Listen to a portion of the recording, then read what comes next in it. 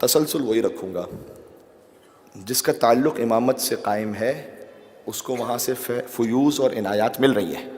ٹھیک ہے. جناب خلیعی موصلی ایک شاعر گزرے بہت اچھے اہل بیت علیہ السلام کے مداح میں اشعار کے عراقی، وہ یہ بیان کرتے ہیں، یہ میں ربط مصائب پر آ رہا ہوں، وہ یہ بیان کرتے ہیں کہ میرے ماں باپ ناصبی تھے، دشمن اہل بیت، ان کے ہاں کوئی اولاد نہیں تھی. اس واقعے کو کتاب تحفۃ المجالس کے اختتام پر جو شعراء کے حالات ہیں اس میں لکھا گیا ہے. تو جناب خلیعی موصلی، موصل عراق کا شہر ہے نا موصل، اور وہ سارا تقریباً منکروں کا شہر ہے. صدام کی وہاں پر اسٹرانگ ہولڈ بھی تھا وہاں پر، اور آج بھی بعد میں آئیسس وغیرہ، تو اس کا تعلق وہیں سے تھا. خلیعی موصلی کہتے ہیں میرے ماں باپ، خود بیان کرتا ہے، میرے ماں باپ تھے ناصبی، دشمن اہل بیت. یہ نہیں کہ مثلا نیوٹرل ہو، نہیں، دشمن تھے باقاعدہ، اور کوئی اولاد نہیں تھی. جانتے ہیں منت کیا مانی؟ عجیب و غریب منت ہے. منت یہ مانی کہ اے خدا ہمیں تو بیٹا دے تو ہم اسے حسین کے زواروں کا قاتل بنائیں گے. منت یہ مانی، ٹھیک ہے، تو ہمیں بیٹا عطا کر دے. اگر بیٹا عطا ہو گیا تو یہ جو حسین کے زائرین جاتے ہیں نا، ہم اپنے بیٹے کو ایسی تربیت کریں گے کہ یہ حسین کے زائروں کا قاتل بنے، یعنی شیعوں کو قتل کرے. ابھی جو رپورٹس آئی ہیں اس کے مطابق تقریباً 95% دنیا میں جو شیعہ ہیں سیکٹیرین وائلنس کا وہ شکار ہوتے ہیں. ٹھیک ہے، یعنی سیکٹیرین وائلنس، فرقہ پرستی کے نام سے جو وائلنس ہوتا ہے پوری دنیا میں، اس میں 95% ٹارگٹ شیعہ ہوتا ہے. ٹھیک ہے، کرتے رہو، کیا اوقات ہے تمہاری. گزر گئے بنی امیہ والے، گزر گئے بنی عباس والے، کہاں ہیں اب وہ؟ یہی متوکل بنی عباس کا یزید جسے کہا جاتا ہے، کتنی مرتبہ کوشش کر لی کہ قبر امام حسین پر حل چلوا دے، کرتا رہا. آج کہاں ہے؟ قبروں تک کا پتہ نہیں ہے، قبروں تک کا پتہ نہیں ہے کہ کہاں مر کھپ کے ختم ہو گئے. نہ نسلوں کا پتہ ہے، نہ قبروں کا پتہ ہے. اور ایک وہ جو مظلوم شہید ہوا، آج لاکھوں اس کے حرم میں لبیک یا حسین کہنے والے ہیں. آج کہنا ہے تو مل کے کہہ پھر، لبیک یا حسین، لبیک یا حسین، لبیک یا حسین، لبیک یا حسین، لبیک یا حسین. سبحان اللہ، سبحان اللہ. خدا آپ کے جذبوں کو سلامت رکھے، کوئی غم عطا نہ فرمائے سوائے غم امام حسین علیہ السلام. ماشاء اللہ. امام حسین علیہ السلام کے نام پر ایک مل کے صلوات بھیجتے محمد و آل محمد.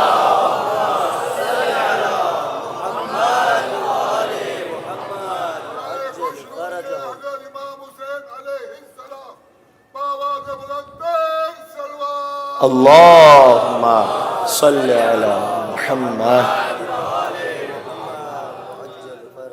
کیا طاقت ہے اس لبیک یا حسین کے نعرے میں. کتنے کلومیٹر بھی کوئی یزیدی موجود ہو تو اس کا کلیجہ تھر تھر کانپنے لگتا ہے. امام حسین علیہ السلام کے حرم میں جب یہ زائرین لبیک یا حسین کہتے ہیں، ہزاروں کلومیٹر دور موجود یزیدی وہ اس منظر کو دیکھ کر دہل جاتے ہیں. کیوں؟ ایک بات عرض کرنے لگا ہوں، شاید ہوتا ہے کہ اس طرح سے نہ پہنچی آپ تک. یہ جو لبیک یا حسین ہے یہ انسانی نعرہ ہے ہی نہیں، یہ خدائی نعرہ ہے. اسی لیے اس میں خدائی طاقت موجود ہے. کیوں؟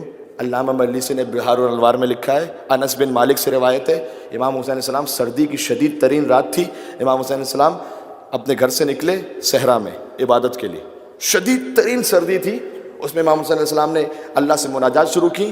اشعار بھی موجود ہیں، وہ لکھے ہوئے علامہ مجلسی نے لکھے. اس وقت نہیں ہے کہ میں اس ڈیٹیل میں جاؤں، اگر میں نے وہ پڑھنا شروع کیے تو پھر 15-20 منٹ تک تقریباً وہ سلسلہ چلتا رہے گا. خلاصہ سن لیجئے. امام حسین السلام کہہ رہے تھے کہ اے پروردگار تو گواہ ہے، اس شدید ترین سردی میں میں اپنے آرام کو چھوڑ کر تیری بارگاہ میں سربسجود ہوں، تجھ سے مناجات کر رہا ہوں. یہ امام حسین مناجات کر رہے تھے. انس بن مالک یہ کہتا ہے کہ میں دیکھ رہا تھا حسین کو، وہ نو دیا، ایک ندا آئی آسمانوں سے، حسین کے جواب میں ایک ندا آئی کہ لبیک یا عبدی، اے میرے بندے لبیک، وانت فی کنفی، تو میری پناہ میں موجود ہے. سبحان اللہ. اللہ کی ندا آئی لبیک یا عبدی، اے میرے بندے. سبحان اللہ، میں حاضر ہوں. جسے اللہ کہہ رہا ہو لبیک، کیا شان ہوگی اس کی. اسی خاطر تو جب ہم کہتے ہیں لبیک یا حسین، وہ خدائی طاقت انسانوں سے ظاہر ہو رہی ہوتی ہے، اس کا جلوہ، اس کا مظہر. ٹھیک ہے. اچھا وہ یہ بات بھی آ گئی عشرے کے اختتام پر، لبیک یا حسین کی طاقت سمجھ میں آ گئی. ماشاءاللہ.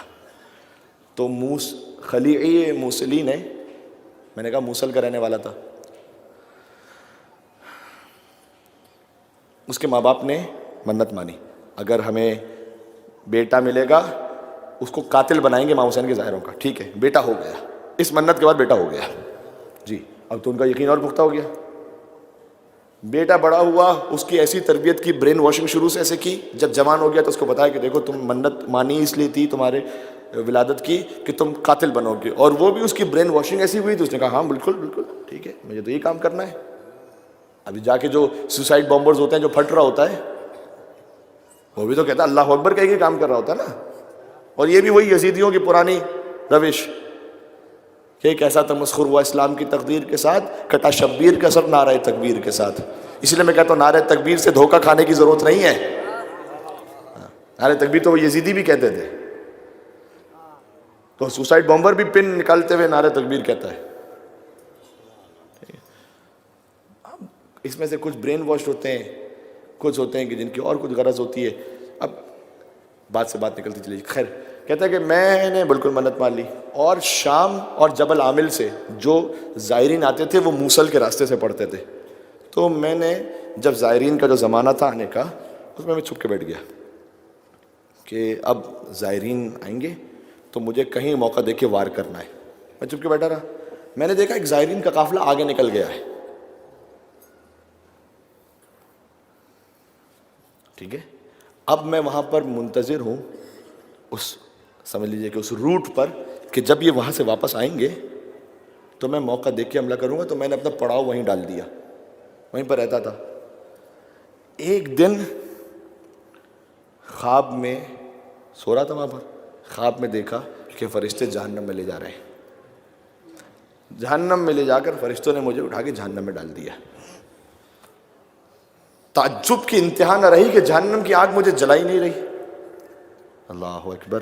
فرشتوں نے کہا، جہنم کی آگ سے کہا، یہ تم اسے جلاتے کیوں نہیں ہو، کیوں نہیں جلا رہے؟ کہ اس لیے کہ اس کے جسم پر اس وقت حسین کے ظاہروں کی خاک لگی ہوئی ہے. اللہ اکبر. ابھی حسین کی خاک نہیں، حسین کی خاک نہیں آج پہنچی. آپ جو زیارت پہ جاتے ہیں نا، زائرین کی خاک چلتے ہیں نا، جب اربعین میں نجف سے کربلا پیدل، پیروں میں خاک لگتی ہے، کپڑے پہ خاک لگتی ہے. حسین کی خاک تو کربلا میں نا، خاک شفا حرم میں جا کے. ابھی تو ہم راستے میں ہوتے ہیں. اس خاک کی اہمیت بتا رہا ہوں، اس خاک کی شان کیا ہے. کہ یہ جل نہیں سکتا، اس کے جسم پر تو حسین کے ظاہروں کی خاک لگی ہوئی. فرشتوں نے نکالا جہنم سے، سنیے گا، اس کو دھو ڈالا، پورا خاک ختم کر دی، پھر اٹھا کے پھینک دے جہنم میں، پھر بھی نہیں جل رہا. تو ملائکہ نے کہا کہ اب تو یہ خاک ہٹا دی ہم نے، اب کیوں نہیں جلا رہے؟ کہا یہ تو تم نے اوپر سے خاک صاف کر دی ہے، کچھ خاک اس کے حلق میں اندر بھی چلی گئی ہے، یہ تو اس کے جسم کا حصہ بنی ہوئی، یہ نہیں جل سکتا. کہ بس اتنا خواب دیکھا، آنکھ کھلی تو محسوس ہوا کہ قافلہ یہاں سے گزر گیا ہے اور میرے جسم پر حسین کے ظاہروں کی خاک موجود ہے. سبحان اللہ. جسے حسین ہدایت کرنا چاہے. کہتے بس میں سمجھ گیا کہ معاملہ کچھ اور ہے، میرے ماں باپ نے غلط بتایا تھا. پہنچا، کہتا ہے فوراً میں نجف پہنچا، خود کربلا پہنچا بلکہ، اور میں نے جا کے امام حسین سے معافی مانگی. میں نے کہا مولا مجھے معاف کر دیجیے گا، مجھے خبر نہیں تھی. آپ کے زائرین کا اتنا احترام ہے کہ زائر کی خاک بھی اگر لگی ہوئی ہو تو تب بھی جہنم کی آگ نہیں جلاتی. تو مولا اب تو میں خود آ گیا ہوں آپ کے پاس، مولا مجھے قبول کر لیں. اس کے بعد یہ عظیم الشان شاعر بنا. مدح امام حسین میں اس نے اشعار کہے، نوحوں کے لیے اشعار کہے. اس کے کچھ اشعار ایسے ہیں کہ جو کربلا میں وہاں لگے ہوئے ہیں حرم امام حسین علیہ السلام کے ارد گرد. ان میں سے ایک شعر اس کا جو بہت معروف ہے، وہ شعر اس نے یہ کہا کہ اے انسانوں، اگر تم چاہتے ہو کہ جہنم کی آگ سے اپنے آپ کو بچاؤ تو میں تمہیں سمجھا رہا ہوں طریقہ کیا ہے. طریقہ یہ ہے کہ حسین کے ظاہروں کے قدموں کی خاک اپنے اوپر مل لو، جہنم تجھے جلانے سے انکار کر دے گی. کہتے ہیں کیونکہ میرے ساتھ خود یہ واقع ہوا ہے. سبحان اللہ. اب سمجھ میں آ گیا کون ہے حسین.